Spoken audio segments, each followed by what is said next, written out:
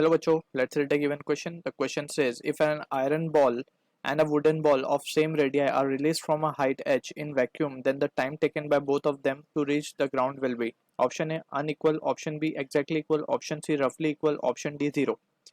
So for this question, जो key concept we need to understand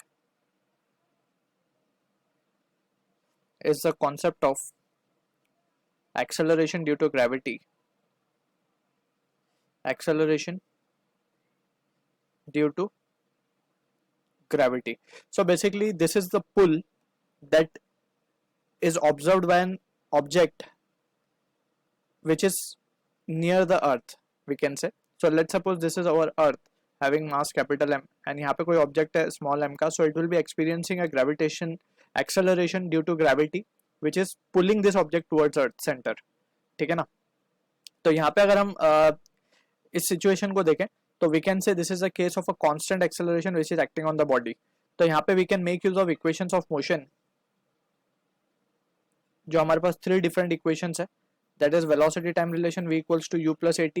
we have displacement time relation s is equals to ut plus half at square, and we have displacement velocity equation that is v square equals to u square plus 2as.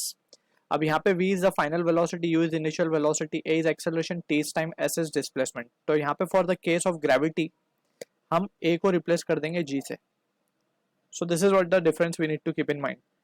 अब यहाँ पे iron ball given है और wooden ball given है, दोनों का radius same है और वैक्यूम में छोड़ा गया इनको. तो वैक्यूम में we can say just the force that is been acting on them will be acceleration due to gravity. तो यहाँ पे अगर हम दोनों बॉल्स को दिखा दें, this is let's say iron ball and same radii की हमारे पास है वुडन बॉल. ठीक है, दोनों को सेम हाइट से हम छोड़ रहे हैं. ठीक है, let's suppose this is the ground और दोनों को सेम हाइट से हम रिलीज कर रहे हैं. तो रिलीज करने का मतलब है इनिशियल वेलोसिटी इज 0. अब दोनों पे जो लगने वाली फोर्स है वो सिर्फ एक ही फोर्स है, that is force due to acceleration due to gravity g, और we can rather say weight of the body.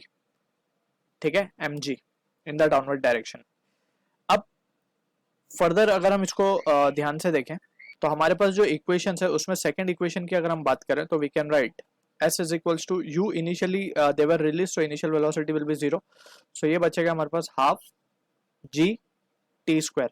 And precisely अगर हम बात करें सो यही दोनों फॉर्मूला दोनों केस में, आयरन के भी केस में, वुडन बॉल के भी केस में, दोनों में यही फॉर्मूला विल बी एप्लीकेबल. ठीक है, हम ये फॉर्मूला में देख सकते हैं it is independent of mass. तो वेदर आयरन बॉल हो और वुडन बॉल हो, दोनों पे acceleration due to gravity g act करेगा and both will be reaching in time 2s by g where s is the height. इसको अगर हम h मान ले तो यहाँ पे हम सब्स्टिट्यूट कर देंगे h. तो दोनों ही केस में height will be this and we can say option B will be the correct answer for this. So I hope you understood the solution. All the best.